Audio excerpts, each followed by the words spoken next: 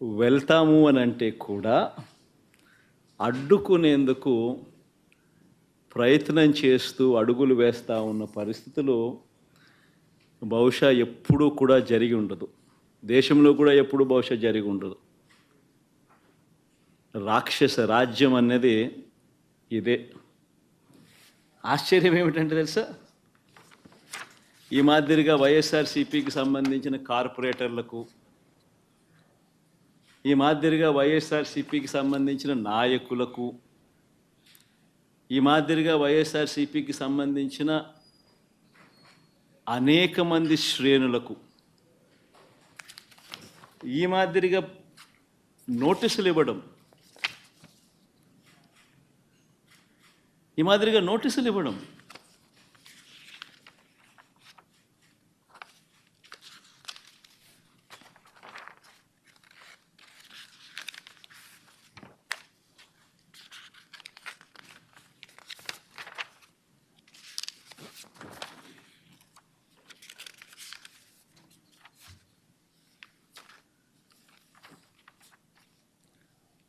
నోటీసులో ఏమని రాస్తారు?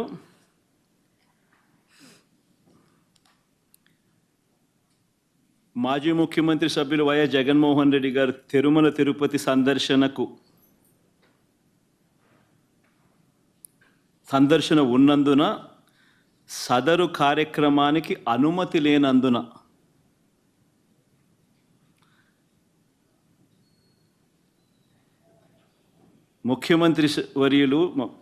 మాజీ ముఖ్యమంత్రి వర్యులు వైఎస్ జగన్మోహన్ రెడ్డి గారి తిరుమల తిరుపతి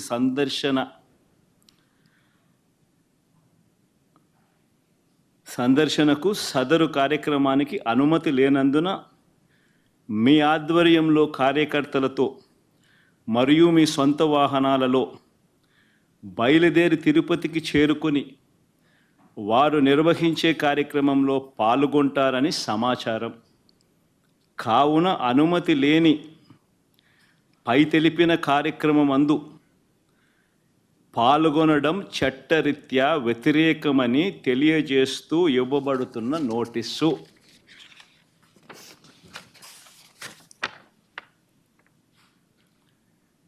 ఒక రాష్ట్ర మాజీ ముఖ్యమంత్రి జగన్మోహన్ రెడ్డి అనే వ్యక్తి, ఒక రాష్ట్ర మాజీ ముఖ్యమంత్రి అయిన జగన్మోహన్ రెడ్డికి తిరుమల తిరుపతి దేవస్థానంలో దేవుడిని దర్శించుకునేందుకు వెళ్తాను అనంటే, వెళుతున్న నేపథ్యంలో మీకు పర్మిషన్ లేదు,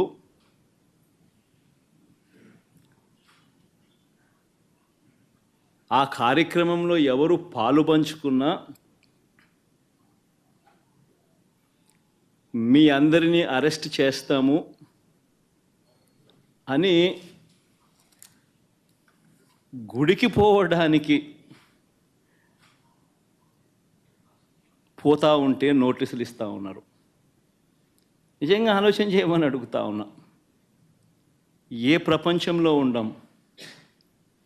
రాక్షస రాజ్యం కాదా ఇదని అడుగుతా ఉన్నా.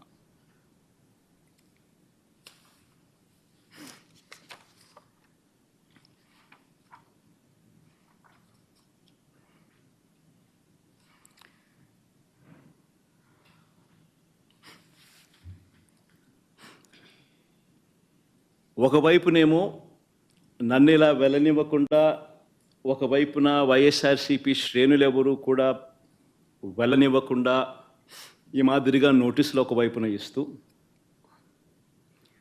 మరోవైపున టీవీలలో చూస్తే ఆశ్చర్యకరమైన విషయాలు, చుట్టుపక్కల రాష్ట్రాల నుంచి కూడా బీజేపీ వాళ్ళని తప్పిస్తున్నారు. మరి బీజేపీ పై వాళ్ళకు తెలుసో తెలీదో నాకైతే తెలియదు, కానీ చుట్టుపక్కల వాళ్ళ దగ్గర నుంచి కూడా బీజేపీ వాళ్ళని కూడా అక్కడికి రప్పిస్తున్నారు. కొన్ని వేల మంది పోలీసులు అక్కడ మోహరించినట్టుగా చూపిస్తూ ఉన్నారు. నేను అడుగుతా ఉన్నా, ఎందుకు ఇంతగా టాపిక్ డైవర్ట్ చేయడానికి కోసం ఎందుకు ప్రయత్నం చేస్తూ ఉన్నారు? ఎందుకు ఇలా టాపిక్ డైవర్ట్ చేయడం కోసం ఎందుకు ఇంత ఆరాట పడతా ఉన్నారు?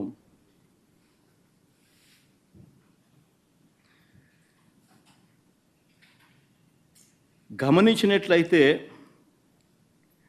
తిరుపతి లడ్డూల విషయంలో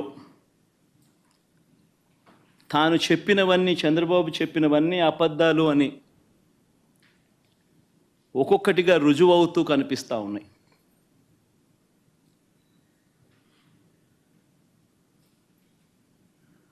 ఆ కనిపించే నేపథ్యంలో 100 రోజుల పాలన మీద టాపిక్ డైవర్ట్ చేస్తూ లడ్డూల టాపిక్ తీసుకొచ్చాడు. ఆ లడ్డూల టాపిక్లో చంద్రబాబు నాయుడు అడ్డగోలుగా తప్పు చేసి గుడి పవిత్రతను దెబ్బతీస్తూ అడ్డగోలుగా దొరికిపోయేసరికి మళ్ళీ ఈ టాపిక్ను డైవర్ట్ చేసేందుకు, లడ్డూల టాపిక్ను డైవర్ట్ చేసేందుకు కొత్తగా ఇప్పుడు డిక్లరేషన్ టాపిక్ తీసుకొచ్చి మళ్ళీ అది ఇంకొక రాజకీయం చేస్తూ ఉన్నారు. ఒకసారి గమనించినట్టయితే తిరుమల పవిత్రతను, స్వామివారి ప్రసాదం విశిష్టతను, తిరుమల పవిత్రతను, స్వామివారి ప్రసాదము విశిష్టతను, తిరుపతి దేవస్థానం పేరు ప్రఖ్యాతలను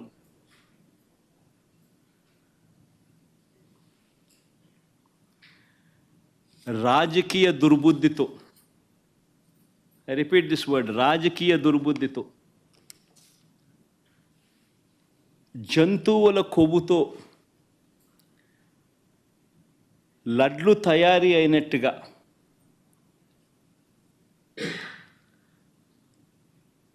ఒక జరగని విషయాన్ని జరిగినట్టుగా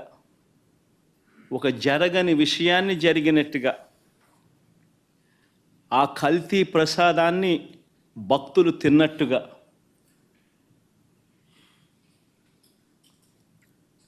నిజంగా ఒక ముఖ్యమంత్రి స్థానంలో ఉన్న వ్యక్తి తెలిసి అబద్ధాలు ఆడుతూ, అసత్యాలు చెబుతూ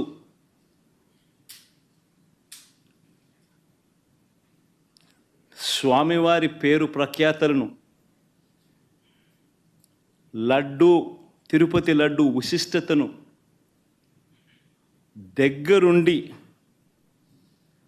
దగ్గరుండి అపవిత్రం చేసే కార్యక్రమం సాక్షాత్తు ఒక ముఖ్యమంత్రి చేస్తూ ఉంటే ఇంతకన్నా దారుణం ఎక్కడైనా ఉంటుందా, ఇంతకన్నా అధర్మం ఎక్కడైనా ఉంటుందా అని ఆలోచన చేయమని అడుగుతా ఉన్నా.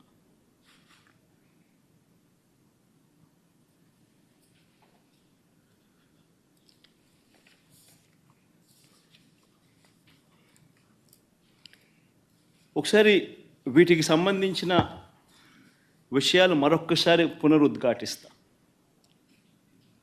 ఏ రకంగా చంద్రబాబు నాయుడు గారు అనే వ్యక్తి ఏ రకంగా తాను అబద్ధాలు చెబుతూ అబద్ధాలకు ఏ రకంగా తాను రెక్కలు కట్టాడు అన్న విషయాలను మరొక్కసారి మీ అందరికీ కూడా ఆధారాలతో సహా చూపిస్తా. రాష్ట్ర ప్రజలందరికీ కూడా, రాష్ట్ర ప్రజలే కాదు దేశ ప్రజలందరూ కూడా ఈ దారుణాన్ని ఒకసారి చూడమని చెప్పి విజ్ఞప్తి చేస్తా ఉన్నా.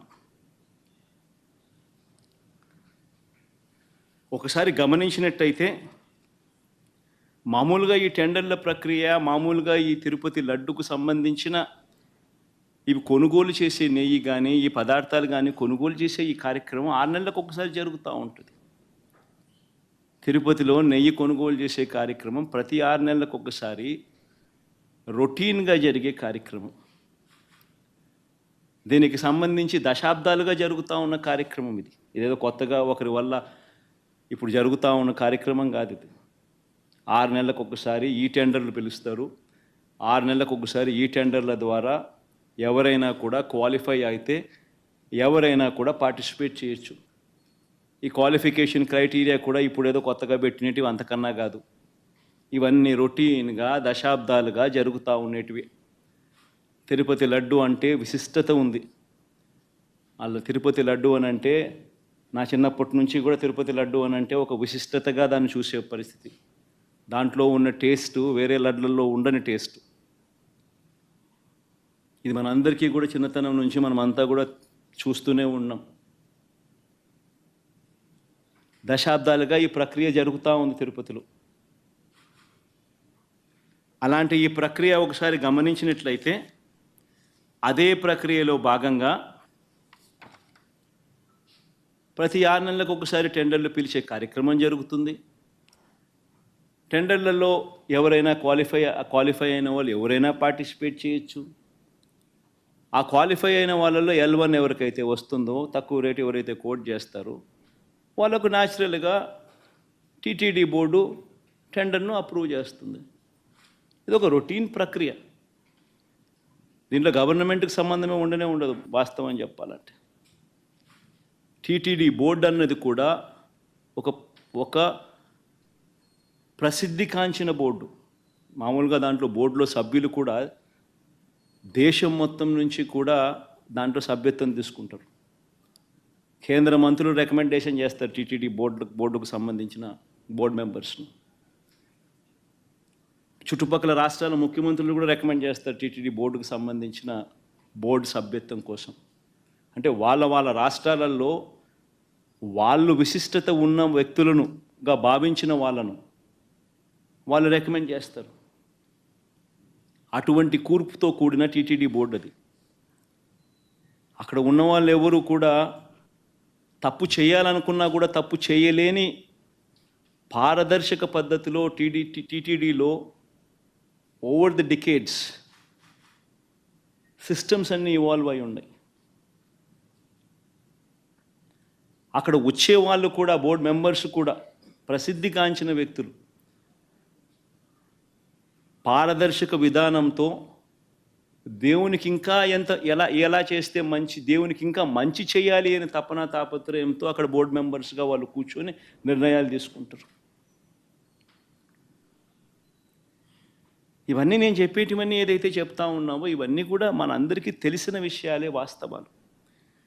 ఇక్కడ ఈ ప్రక్రియలో కూడా ఇదే మాదిరిగానే టెండర్లు పిలిచారు.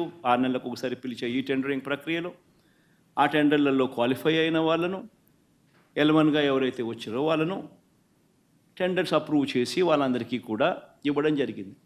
ఆ టెండర్లలో అప్రూవ్ చేసిన వాళ్ళు ఒక్కరికే పూర్తిగా కూడా ఇచ్చే కార్యక్రమం కూడా జరగదు.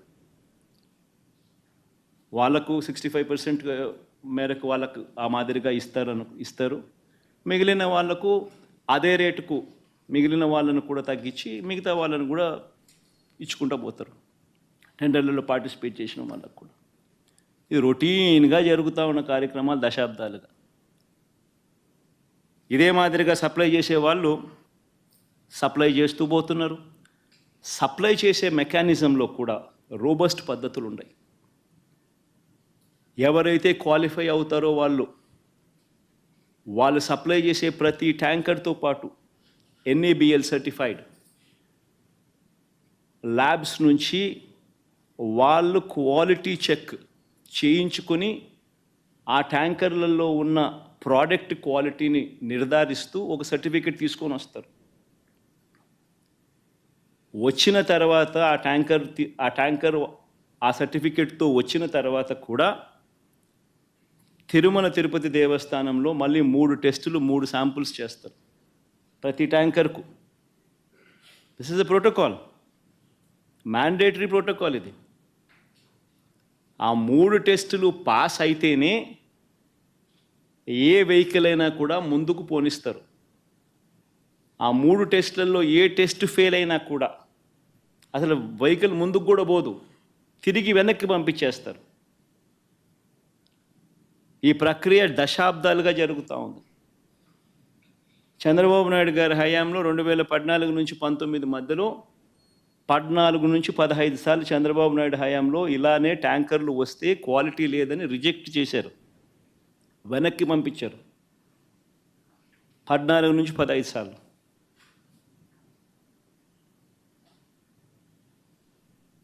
మంచిది. ఒక రోబస్ట్ ప్రక్రియ అన్నది ఒకటి ఉంది. తప్పులు ఎవడైనా చేయాలనుకుంటే తప్పులు చేసే అవకాశం లేని ఒక గొప్ప ప్రక్రియ ఒకటి తిరుపతిలో ప్రాక్టీస్లో ఉంది.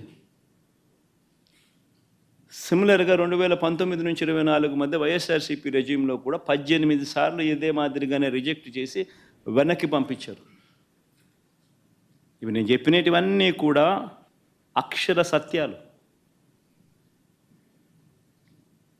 ఒక గొప్ప ప్రాక్టీస్ ఒకటి ఉంది, ఒక గొప్ప ప్రొసీజర్ ఉంది.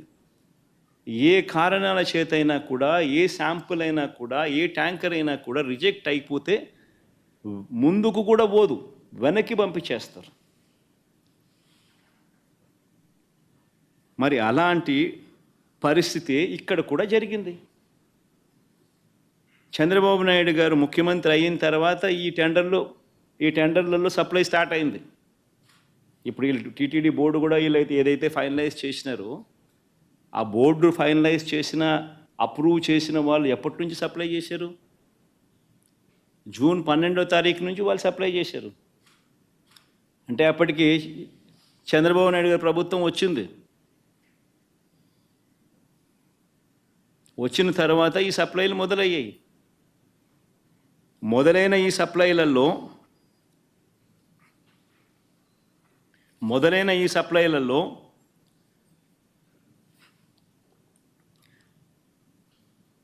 జూన్ 12, జూన్ 21, జూన్ 25, జూలై 4న వచ్చిన ట్యాంకర్లన్నీ టెస్టులలో పాస్ అయి ముందుకు కదిలాయి, లడ్లలో ఉపయోగించారు.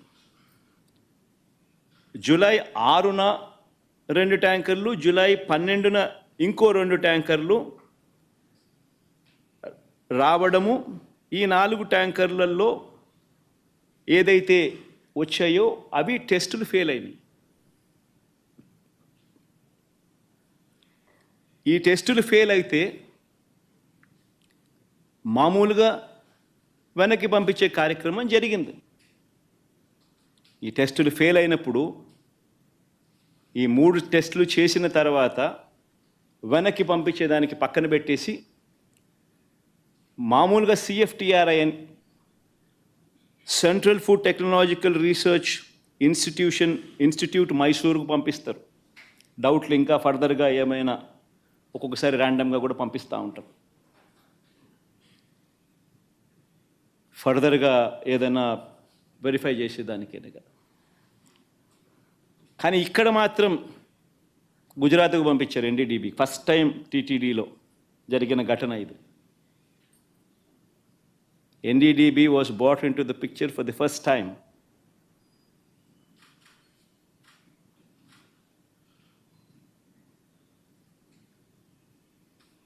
ఇప్పుడు గుజరాత్కు ఫస్ట్ టైం పంపించారు NDDB రిపోర్ట్. NDDB రిపోర్టుకు పంపిస్తే NDDB రిపోర్టు జూలై 23న వాళ్ళు శాంపుల్ వాళ్ళు ఈ టెస్ట్ రిపోర్ట్ పంపించినారు రిజెక్ట్ చేస్తూ. ఈ శాంపుల్స్ ఈ ట్యాంకర్లు ఏదైతే ఉన్నాయో వెనక్కి వెళ్ళిపోయాయి. రిజెక్ట్ చేయబడ్డారు. జూలై 23న రిపోర్ట్ వచ్చింది. TTD ఈవో వారి పర్మిషన్ కూడా ఇవ్వలేదు. అవి వెనక్కి పంపించేశారు. ఇవే విషయాలు వెనక్కి పంపించినట్టుగా ఆ కంపెనీ వాళ్ళకు షోకాస్ నోటీసులు కూడా ఇచ్చారు.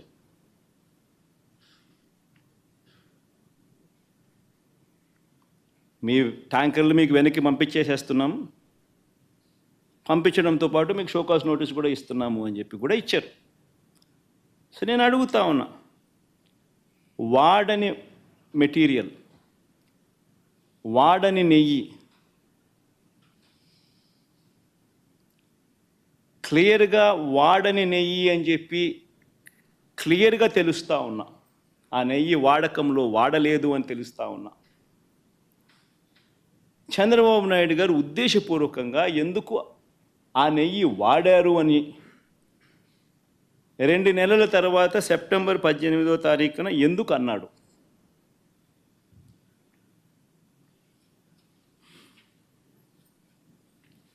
ఒకసారి ఈ వీడియో క్లిప్పింగ్లో ఒకసారి వినండి.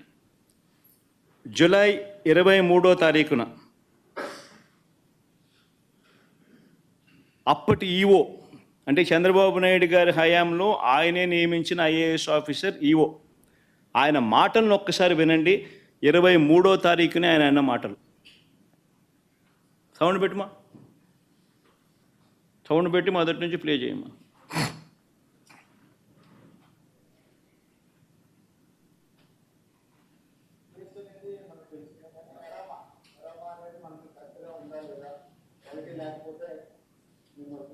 చర్యలు తీసుకుంటారు.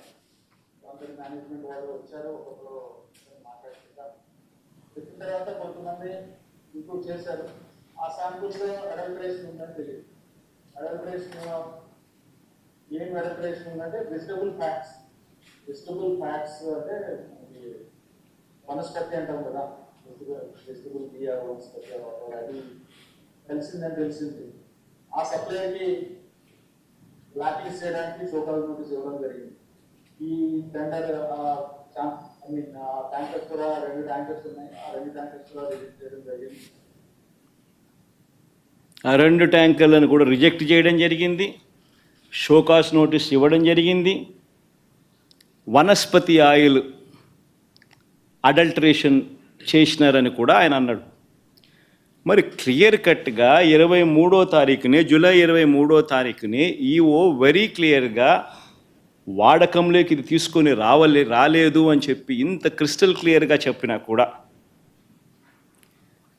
2 నెలల తర్వాత సెప్టెంబర్ 18వ తారీఖున చంద్రబాబు నాయుడు గారు అనే వ్యక్తి అన్నీ తెలిసి తాను ఏ రకంగా అబద్ధాలు ఆడాడో వినండి ఒకసారి. దగ్గర పెట్టే ప్రసాదం అపవిత్రం చేసే విధంగా ఓసారి బాధేస్తుంది.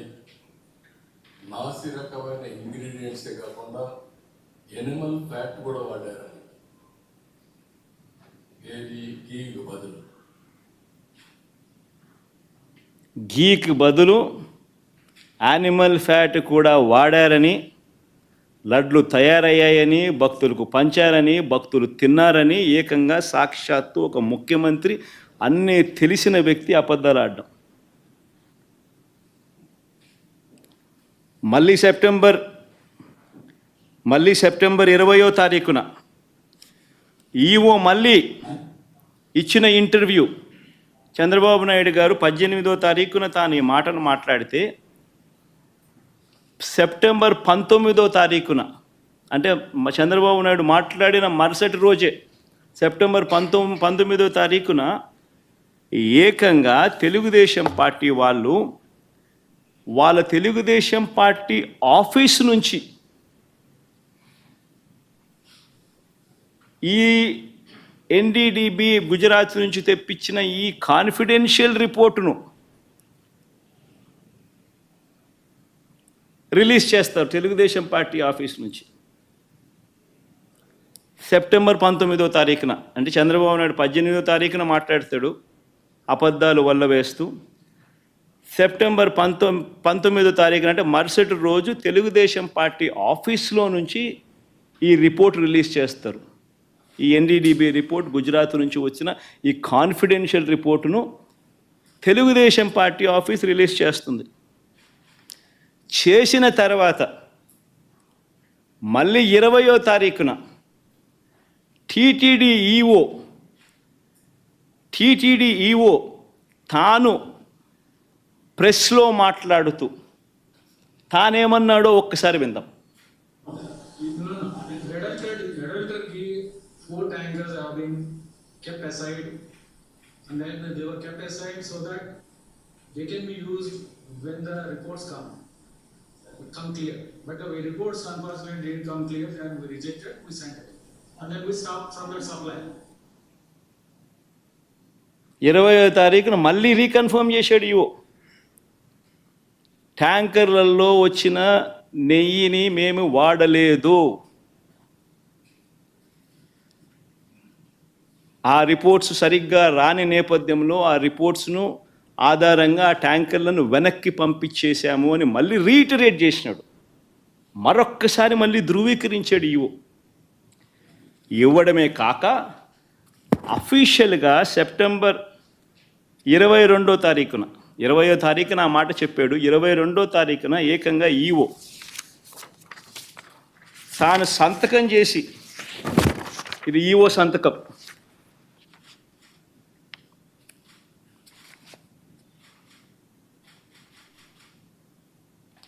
తాను సంతకం చేసి గవర్నమెంట్కు రిపోర్ట్ ఇచ్చాడు సెప్టెంబర్ 22వ తారీఖున. ఆ రిపోర్ట్లో ఆయన ఏమని ఇచ్చాడు? ఎక్కువ చదవనులే, క్లుప్తంగా చెప్తాను. హీ వాజ్ సెలెక్టెడ్ ఇన్ ఈ టెండర్, త్రూ ఈ టెండర్ ద్వారా సెలెక్ట్ అయ్యారు. Started supply from 12th June 2024. However, his two tankers on 6th July and two more tankers on 15th July were found to be of poor quality during our physical verification. Tarvata, accordingly, 4 samples were sent to NDDB lab,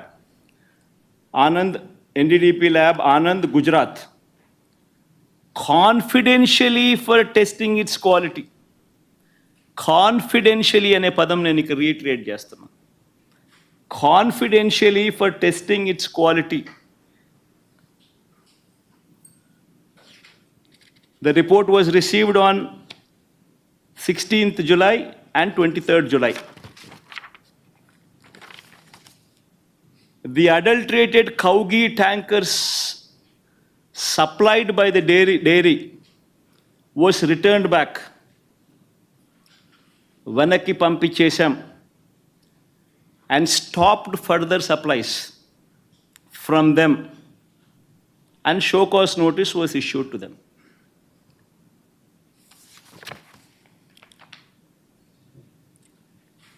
నేను అడుగుతా ఉన్నా, confidential report Telugu Desam party office September 19వ తారీఖున 2 నెలల తర్వాత Telugu Desam party office నుంచి release చేస్తారు. ఈ గుజరాత్ నుంచి వచ్చిన ఈ ఎన్డీడీబీ రిపోర్ట్.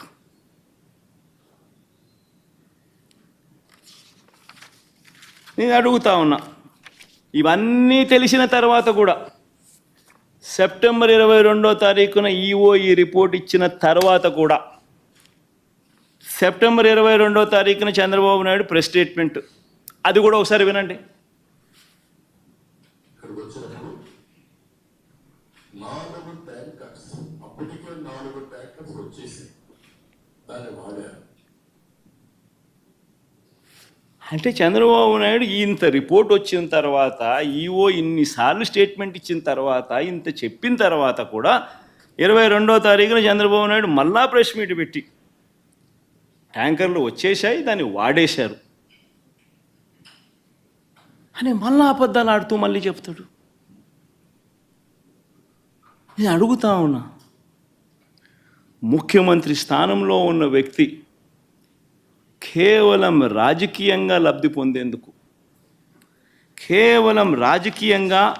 పొందేందుకు ఈ మాదిరిగా స్వామివారి ప్రసాదం విశిష్టతను, తిరుమల తిరుపతి దేవస్థానం ప్రతిష్టను, వెంకటేశ్వర స్వామి ప్రసాదానికి సంబంధించిన పేరు ప్రఖ్యాతలను ఈ మాదిరిగా అబద్ధాలతో తగ్గించడం,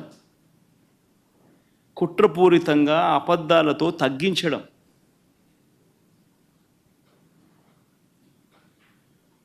అపవిత్రత కాదా అని అడుగుతా ఉన్నా.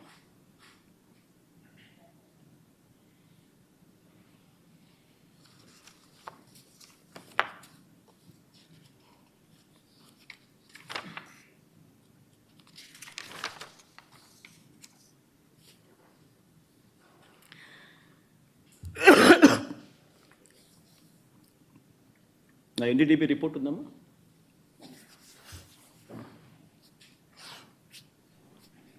పోనీ ఆ ఎన్డీడీబీ రిపోర్ట్, ఆ గుజరాత్ నుంచి వచ్చిన ఎన్డీడీబీ రిపోర్ట్, పోనీ ఆ రిపోర్ట్ అన్నా కానీ ఖచ్చితత్వం ఉందా? ఆ రిపోర్ట్ అయినా ఖచ్చితమైన రిపోర్టా అని అంటే ఒకసారి గమనిస్తే ఆ రిపోర్ట్లో వాళ్ళే డిస్క్లైమర్లు రాసినారు. ఆ రిపోర్ట్లో వాళ్ళే డిస్క్లైమర్లు రాశారు. ఆ రిపోర్ట్ ఒకసారి కూడా చూపించు, తప్పే ఉంది. ఆ రిపోర్ట్ డిస్క్లైమర్ చూపించు, ఆ రిపోర్ట్ టెలికాస్ట్ పెట్టండి. ఆ రిపోర్ట్లో వాళ్ళే డిస్క్లైమర్ రాశారు. ఏమని రాశారు? ది ఎస్ వాల్యూ అంటే ఉండాల్సిన స్టాండర్డ్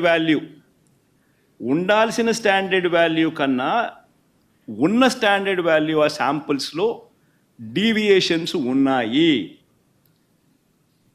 కానీ హౌఎవర్ కానీ ఈ సర్కమ్స్టాన్సెస్లో ఒక falls positive result can also be obtained. అంటే ఇలాంటి సర్కమ్స్టాన్సెస్లో ఒక falls positive result can also be obtained అని డిస్క్లైమర్ కూడా ఇచ్చారు. ఆ falls positive result can be obtained అనే డిస్క్లైమర్లో వాళ్ళు ఇచ్చిన పరిస్థితులు ఏమిటంటే, if the milk is obtained from bovine milk other than cow's milk,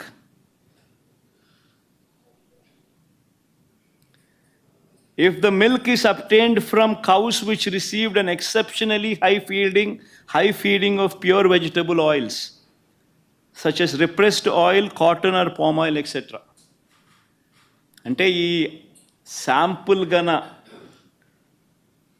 ఆవుల దగ్గర నుంచి ఆ ఆవులు high feeding of pure vegetable oils such as repressed oil, cotton, palm oil ఇటువంటివి తిన్న పరిస్థితులు ఆ ఆవులో ఉంటే ఈ రిపోర్ట్లు ఈ మాదిరిగా రావచ్చు అని కూడా చెప్పడం జరిగింది. ఆర్ ఇటువంటి రిపోర్టు ఏదైనా cow suffering from serious under feeding, అంటే ఒక ఆవు అండర్ ఫీడింగ్లో ఉన్నప్పుడు, సరిగ్గా తిండి తిననప్పుడు, ఆ ఆవులో నుంచి పాలు తీసినప్పుడు కూడా ఇలాంటి రిజల్ట్సే వస్తాయంట.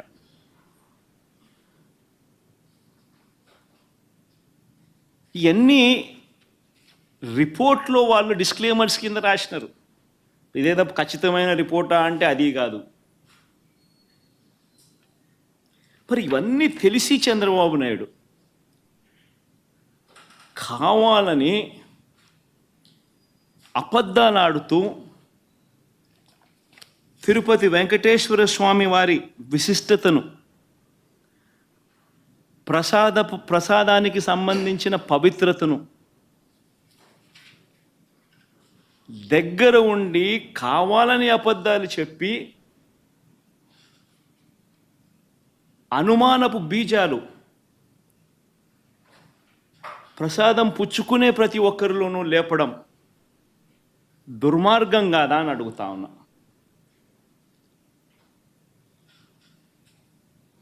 అపవిత్రం కాదా అని అడుగుతా ఉన్నా. నీ రాజకీయ స్వార్థం కోసం వెంకటేశ్వర స్వామి ప్రతిష్టను దిగజారుస్తూ ఉన్నావు. నీ రాజకీయ స్వార్థం కోసం వెంకటేశ్వర స్వామి ప్రసాదానికి సంబంధించిన విశిష్టతను దిగజారుస్తూ ఉన్నావు. జరగనిది జరిగినట్టుగా, యానిమల్ ఫ్యాట్తో తయారు చేసినట్టుగా ఒక అబద్ధాన్ని ప్రచారం చేస్తూ ఉన్నావు.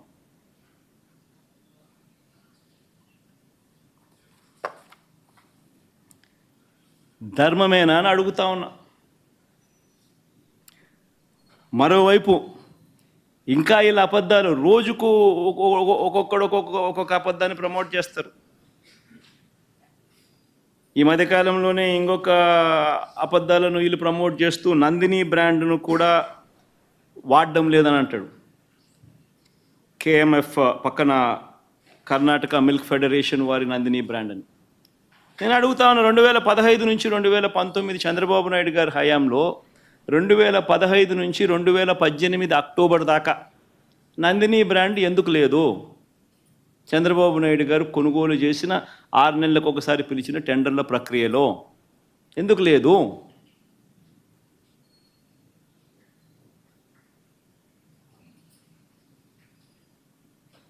నందిని వాళ్ళు కూడా అప్పుడప్పుడు పార్టిసిపేట్ చేస్తారు, అప్పుడప్పుడు పార్టిసిపేట్ చేయరు. మన హయాంలో కూడా 2019 తర్వాత మన హయాంలో కూడా నందిని వాళ్ళు అప్పుడప్పుడు పార్టిసిపేట్ చేశారు.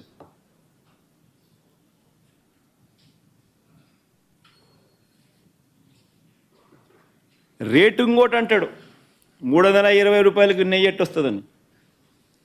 ఇంకా ఆశ్చర్యకరమైన విషయం అండి, నాకు అర్థం కాల.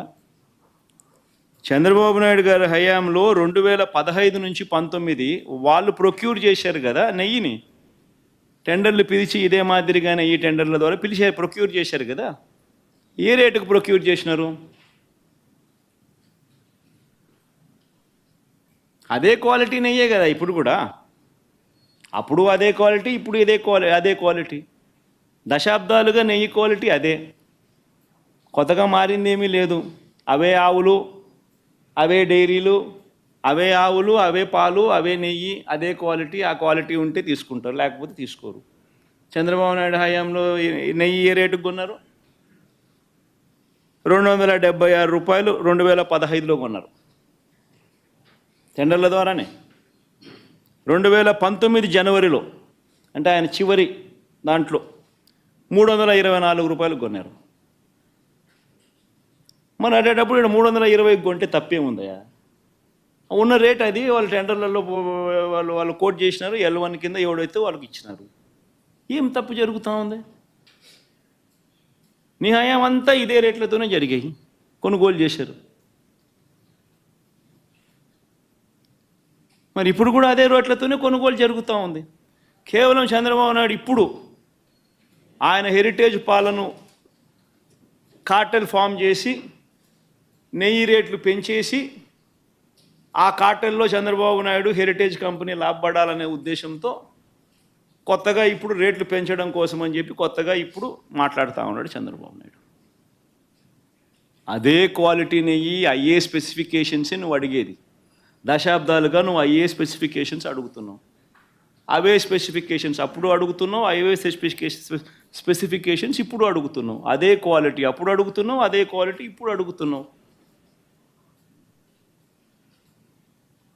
తిరుపతి లడ్డు అన్న విశిష్టత మనం చాలా గొప్పగా చెప్పుకుంటాం. తిరుపతి లడ్డు టేస్ట్ చాలా బాగుంటుంది అని, గొప్ప టేస్ట్ అని. మన అదే క్వాలిటీ టేస్ట్, అదే నెయ్యి, అదే క్వాలిటీ, అదే టేస్ట్. అప్పుడైనా అంతే, ఇప్పుడైనా అంతే, ఎప్పుడైనా అంతే. మరి ఈ మాదిరిగా అబద్ధాలు ఆడడం ఎంత మటుకు ధర్మం?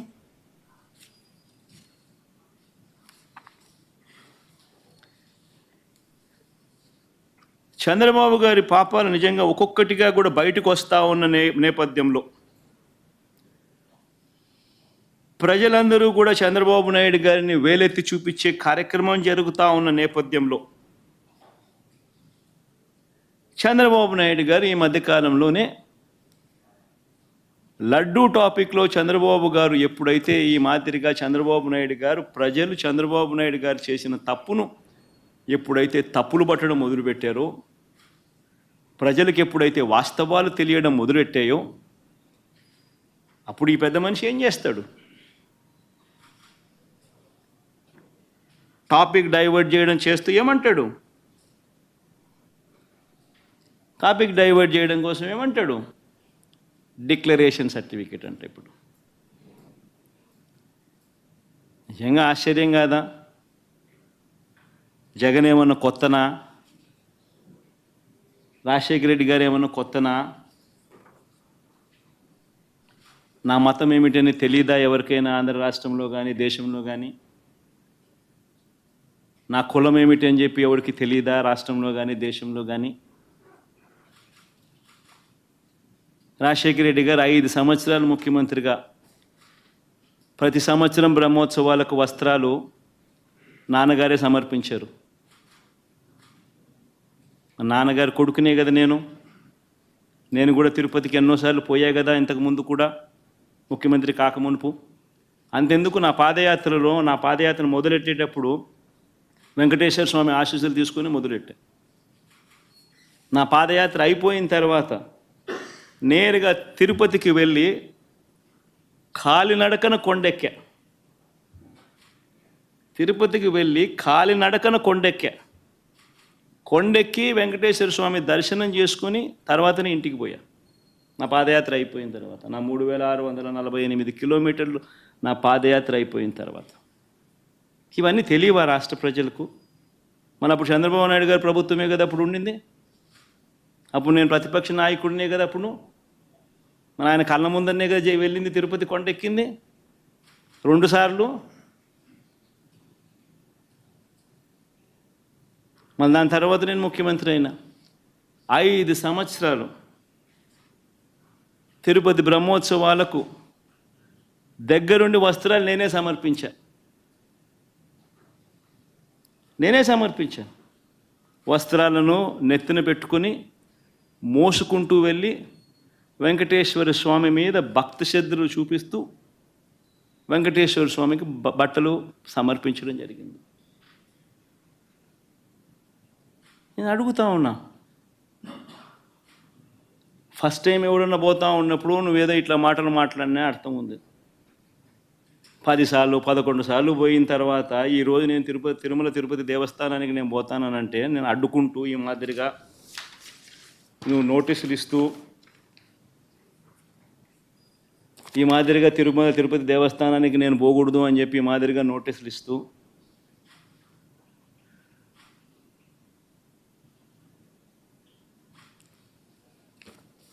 ఈ మాదిరిగా మా ఎమ్మెల్యేలకు మా కార్పొరేటర్లకు అందరికీ కూడా ఈ మాదిరిగా నోటీసులు పంపుతూ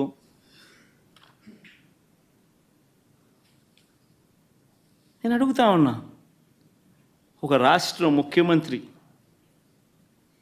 ఇంకా 5 సంవత్సరాలు బ్రహ్మోత్సవాలలో తిరుమల తిరుపతి దేవస్థానానికి వస్త్రాలు సమర్పించిన నేను, ఇన్నిసార్లు తిరుమల తిరుపతి దేవస్థానానికి వెళ్ళిన నేను, ఈరోజు తిరుమల తిరుపతి దేవస్థానానికి నేను రాకూడదట, పోకూడదట. కారణం ఏమిటంటే నా మతమట. నేను అడుగుతా ఉన్నా, నా మతం ఏమిటి అని అడుగుతా ఉన్నారు. అడుగుతా ఉన్నా నా మతం ఏమిటని. అవును, 4 గోడల మధ్య నేను బైబిల్ చదువుతాను, తప్పేముంది? బయటికి పోతే హిందూ సాంప్రదాయాలను నేను అనుసరిస్తాను, గౌరవిస్తాను. బయటికి పోతే ఇస్లాంను అనుసరిస్తాను, గౌరవిస్తాను. బయటికి పోతే సిక్కిజంను అనుసరిస్తాను, సిక్కిజంను నేను గౌరవిస్తాను. నా మతం ఏమిటని అడుగుతా ఉన్నారు. నా మతం మానవత్వం. డిక్లరేషన్లో రాసుకుంటానేమో రాసుకుంటా.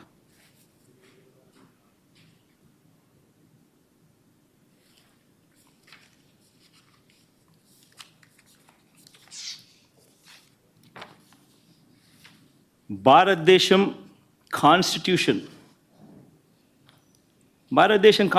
నేను ఒకసారి చదువుతా. According to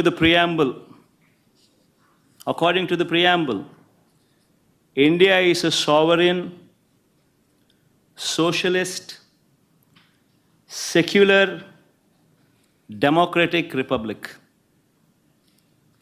సెక్యులర్ అనే పదానికి అర్థం తెలుసని అడుగుతా ఉన్నా. గుడికి పోయే వ్యక్తిని నువ్వు ఏ మతము అని అడుగుతా ఉన్నావు. ఏ మతము అని చెప్పకపోతే గుడిలోకి ఎంటర్ కాకూడదు అని అంటా ఉన్నావు.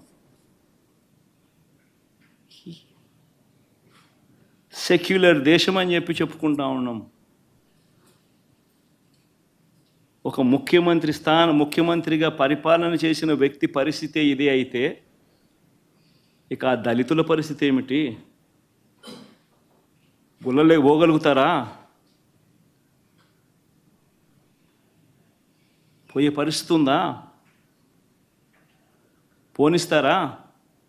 రానిస్తారా? ఏం చేస్తా ఉండు? నిజంగా రాజకీయాల్లో మతం పేరుతో రాజకీయాలు చేయడం ఎంత దౌర్భాగ్యమో నేను ఇదే బీజేపీ పార్టీని కూడా అడుగుతా ఉన్నా. బీజేపీ పార్టీ గొప్పగా చెప్పుకుంటుంది హిందూయిజానికి మేమే హిందూయిజానికి మేమే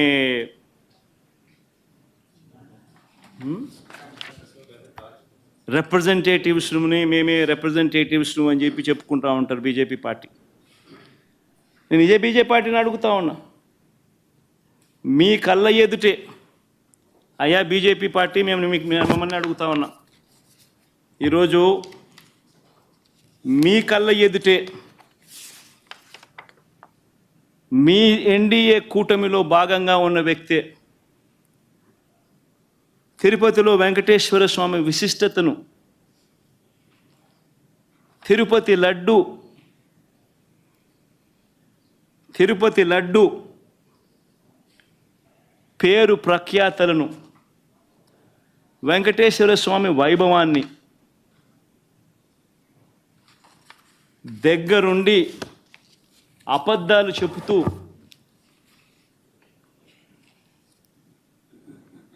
యానిమల్ ఫ్యాట్ వాడకపోయినా కూడా వాడినట్టుగా, లడ్డూలు తయారైనట్టుగా ఇన్ని ఆధారాలతో సహా రుజువు అవుతా ఉన్నా కూడా అబద్ధాలతో దుష్ప్రచారం చేసి తిరుమల తిరుపతి వెంకటేశ్వర స్వామిని అపవిత్రం చేసిన ఈ చంద్రబాబు నాయుడు గారిని ఎందుకు మీరు మందలించలేకపోతా ఉన్నారు? ఎందుకు మీరు వెనకేసుకొని వస్తూ ఉన్నారు? హిందూయిజంకు మీరే టార్చ్ బేరర్స్ అని చెప్పుకుంటారు. అంటే మీ వాళ్ళు ఏం చేసినా కానీ పర్వాలే, మిగిలిన వాళ్ళు ఏం చేసినా కూడా తప్పే. ఇదెక్కడ హిందూయిజం? ఆలోచన చేయమని అడుగుతా ఉన్న ఈ సో కాల్డ్ హిందూయిజానికి టార్చ్ బేరర్స్గా చెప్పుకుంటా ఉన్న వీళ్ళందరినీ కూడా ఆలోచన చేయమని అడుగుతా ఉన్నా. నిజంగా హిందూయిజం అంటే ఏమిటి అని అంటే మానవత్వం చూపేదే హిందూయిజం. మానవత్వం చూపలేని వాళ్ళు ఎవరూ కూడా నేను మంచి హిందువునని కూడా చెప్పుకునే కార్యక్రమం చేయలేరు.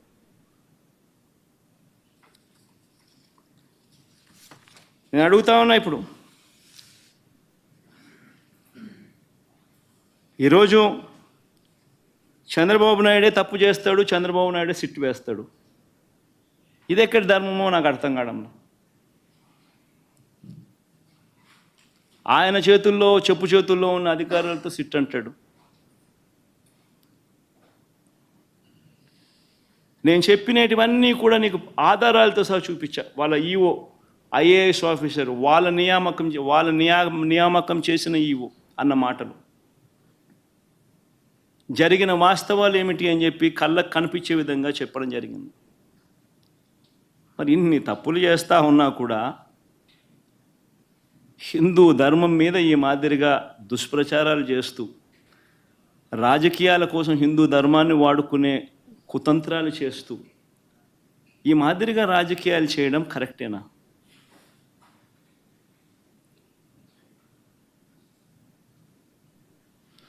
ప్రతి ఒక్కరు ఆలోచన చేయమని అడుగుతా ఉన్నాను. నన్ను గుడికి పంపించినా పంపించకపోయినా కానీ చంద్రబాబు నాయుడు చేసిన పాపాన్ని రాష్ట్ర ప్రజల మీద పడకుండా ఉండేందుకు వైఎస్ఆర్సీపీని ప్రేమించే ప్రతి అభిమానికి చెప్తా ఉన్నా, రాష్ట్రం మీద అభిమానం ఉన్న ప్రతి ఒక్కరికి కూడా చెప్తా ఉన్నా, మీ నియోజకవర్గాలలో, మీ ప్రాంతాల్లో, మీ గ్రామాలలో మీరు అక్కడి గుళ్ళల్లోకి వెళ్ళి మీరు పూజలు చేయండి, దేవుణ్ణి అడగండి, దేవుణ్ణి మొక్కండి.